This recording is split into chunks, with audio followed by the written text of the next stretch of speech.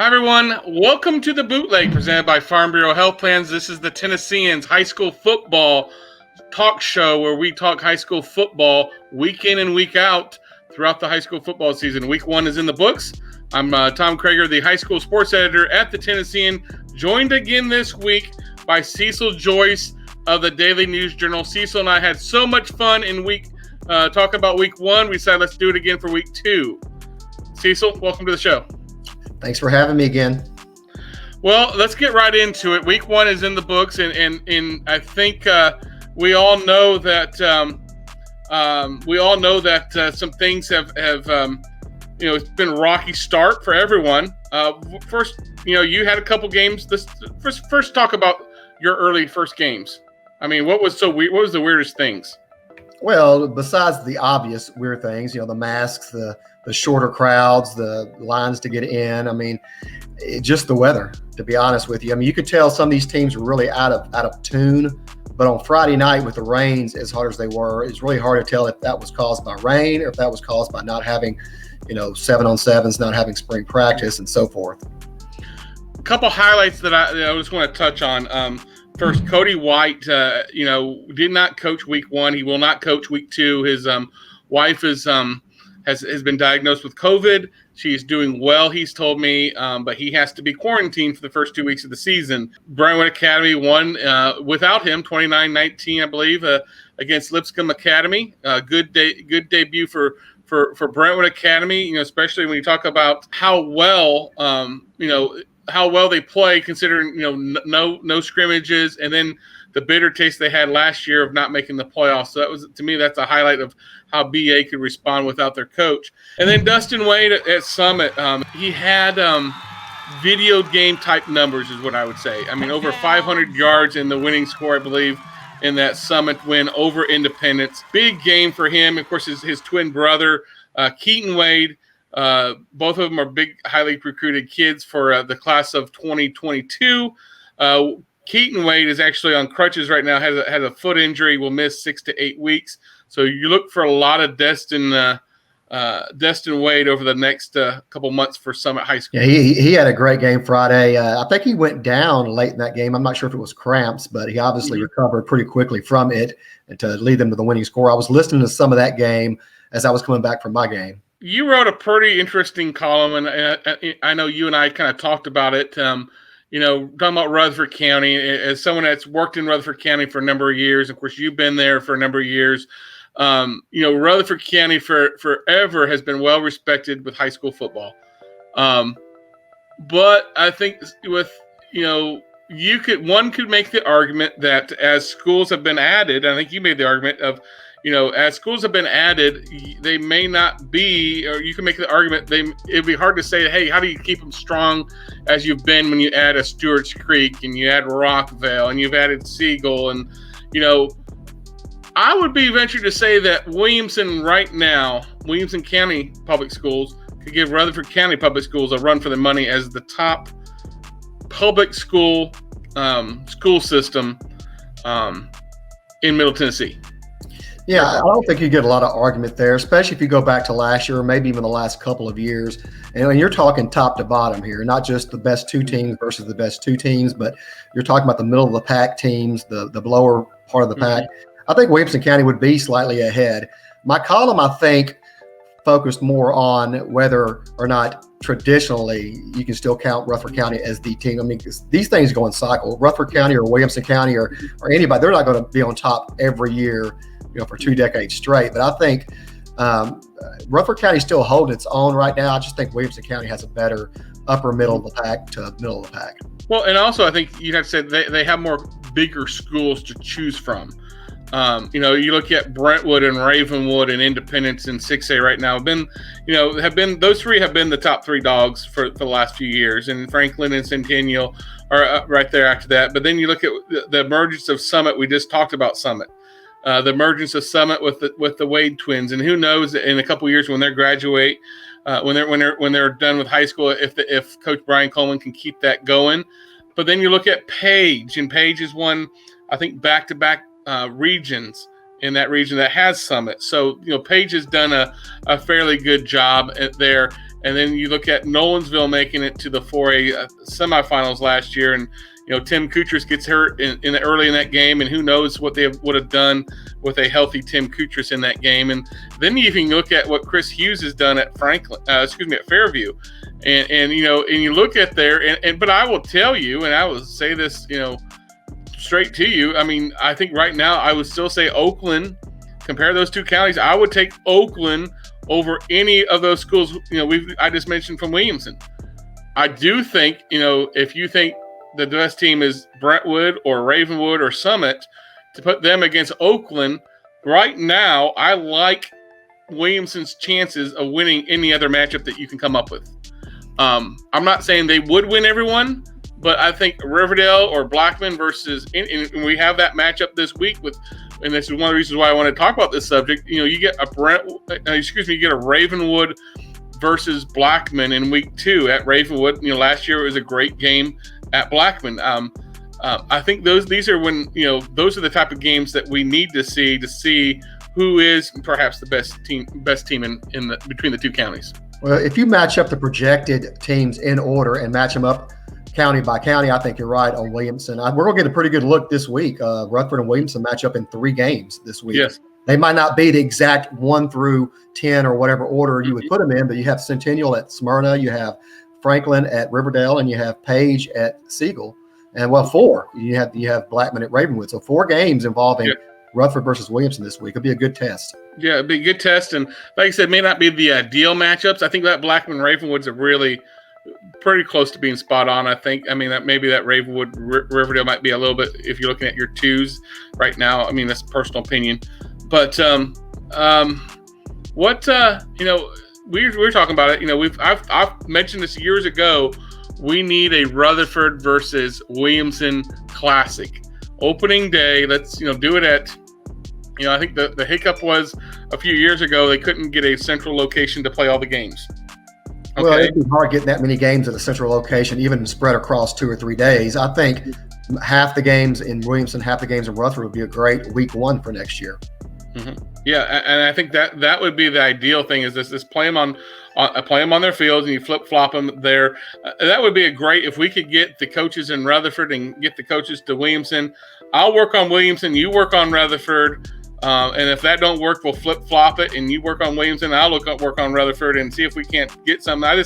I think fan wise, if COVID's gone and we can go back to normal crowd capacities, crowds would be awesome for an opening weekend. I mean, think about that if you had a Brentwood or Ravenwood versus Oakland, and one of those against Riverdale and Blackman, against Indy, or you could go on down the line. It would be a fun weekend for Rutherford County and Williamson County athletics, and people would make some money.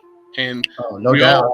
I think at the end of the day, right now they need to make some money, and they're probably going to need to make some money next year too. So Tim Tackett, Rutherford County's AD, or Bill Spurlock, Director of Schools, if you're listening right now. Let's make this happen. Yeah, and Darren joins. I'll be in touch.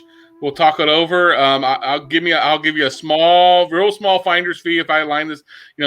Cecil and I can split a candy bar or something. If we get this thing going. But I think this would be a great thing for high school athletics, and because they have both had really good fan bases. You could easily spread them apart because you've got so many schools with both highly competitive teams for the most part. And I think that would be really good for both school systems. We're going to go to week 2 top games. We got 10 of them, folks. We're going to go through this kind of rapid fire. Brentwood Academy at Brentwood. 2 weeks in a row, Brentwood Academy will be part of our Game of the Week package. They're both 1-0. Brentwood Academy, big win over Lipscomb. Brentwood High, big win over Nolensville. I think Cade Granzel is going to be a difference maker in this game. He can run it. He can throw it. Right now, him and Walker Merrow is on the same page. I like Brentwood in this game to win 28-14. Well, it's a great game either way. These two teams have gone way too long without having played each other. What's it been, almost 20 years? 2002, Ron Crawford's first year, the first time he was at Brentwood. Yeah, it's going to be a great game. I'm going to go with Brentwood as well. I'm going to say it's a little bit lower scoring of the game. I'm going 20-14 Brentwood. Right now, as we record this, I'll be honest with you, it's the games, I believe, is at 7 p.m. at Friday. Stay tuned on our Tennessean.com. All these games that we talk about that are on Friday could easily be moved to Thursday, as we've got a hurricane coming through potentially on Friday. So we are seeing a lot of games being moved. So as you read this, you might want to check our website where we'll have all the schedules updated as we hear them. So if you are making plans to try to watch it on streaming it, or maybe try to go to the game, be aware that these games, the Friday games, could be moved to Thursday. CPA 1-0, you watch them in person. They're at Independence. This is a game that actually was moved to Thursday. It's a 7 o'clock kickoff at Independence.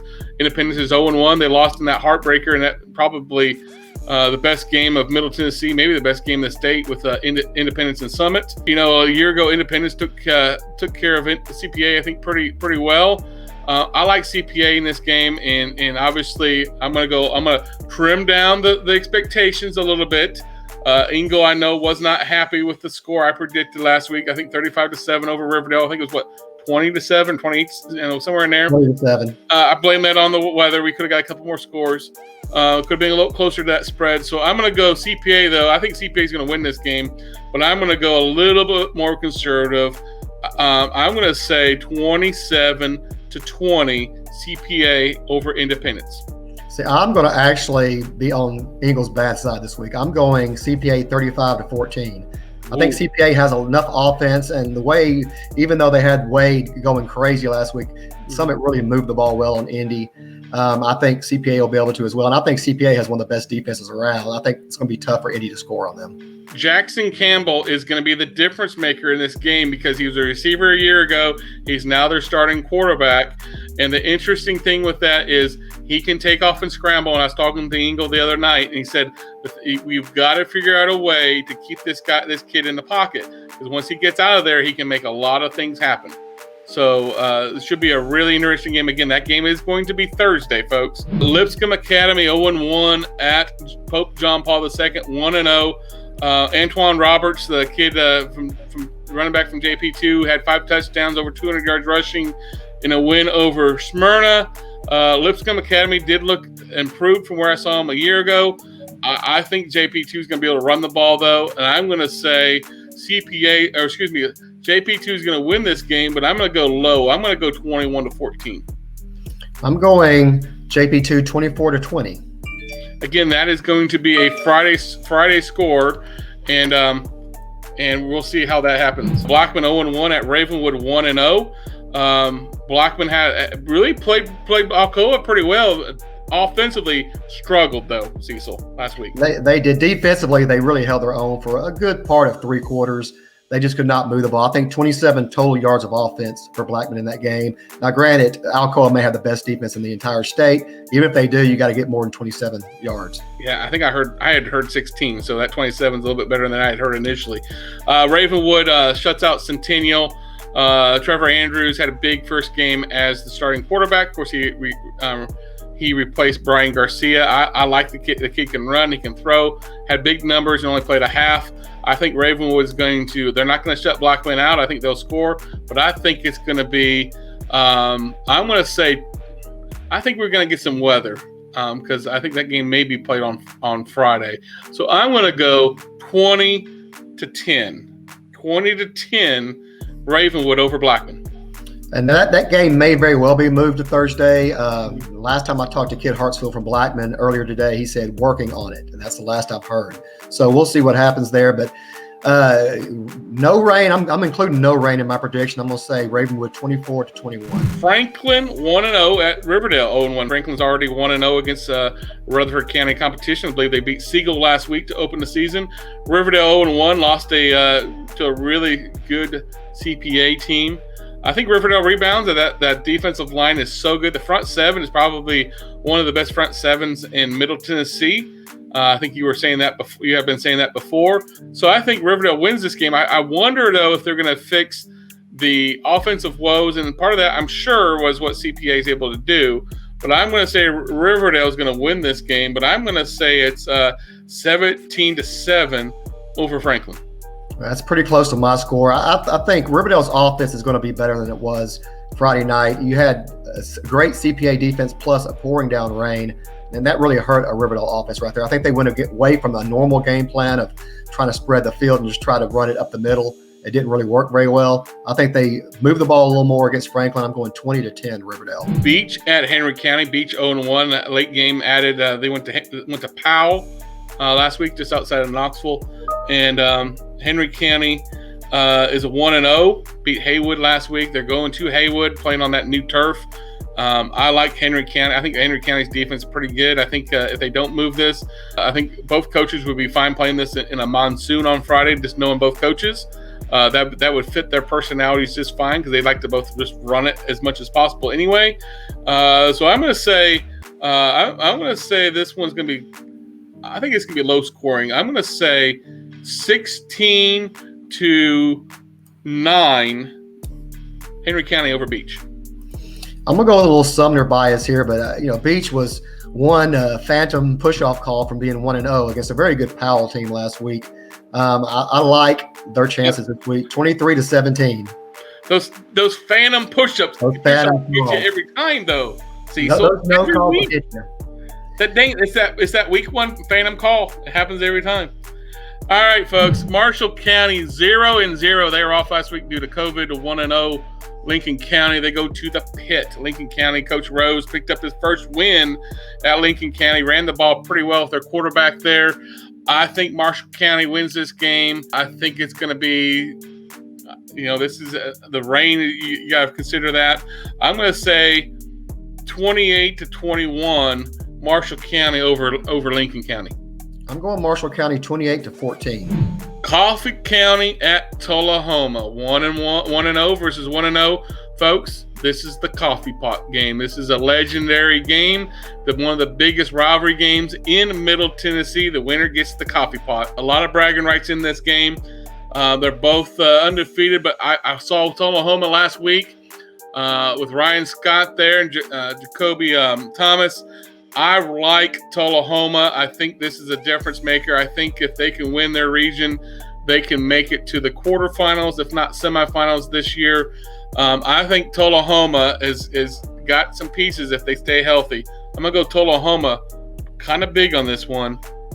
31-14 over Coffee County in the Coffee Pot Bowl.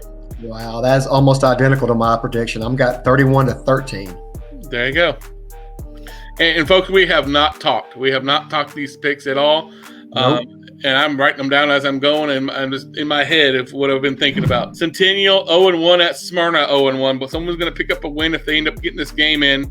It has been moved to Thursday, so we could be going there. So Centennial at Smyrna. I like Smyrna in this game. The Bulldogs going to win this game on 20-13. Smyrna over Centennial. I've got Smyrna 24-20. I see them rebounding. Their offense struggled a lot against Pope John Paul, and they struggled, obviously, stopping the running back there as well. But I think there's still some talent on this side of the ball on both sides for Smyrna. I see them rebounding 24-20. Finally, final game. Nashville Christian went down to USJ, lost there. They're 0-1. They go to Goodpasture, 1-0. Tyler Turner wins his debut big over Mount Juliet Christian School. Things get tougher this week, but I like what Tyler Turner, who came from Olive Branch, and before that was at Liberty Tech in Jackson, Tennessee. I like what he's done with this team. I'm not saying they're going to be contenders for the AA title this year, but they are. I think they're going to be okay. I think they're going to win this game. I think it's going to be 27-14. I think over Goodpasture over Nashville Christian there. We'll see. A surprising score last week for Nashville Christian. I thought they would have been a better game against USJ. And I see them rebounding a little bit, but I think Goodpasture, like you said, he's doing some really good things there. I'm going 16-14 Goodpasture. Good safe call, Cecil. Good safe one. All right, folks. That's all for Bootleg. Bring your umbrellas if they're allowed in the stadium. Wear your ponchos. Bring all your rain gear. It's going to be wet this weekend, but we'll figure out a way to get through it. Appreciate you joining us. Again, this has been the Bootleg presented by Farm Bureau Health Plans. And this is Tom Kreager and Cecil Joyce. Cecil, I appreciate your help, and we'll look forward Williamson Rutherford, week 1 next year. Let's make it happen. to the Wilco Ruco Challenge.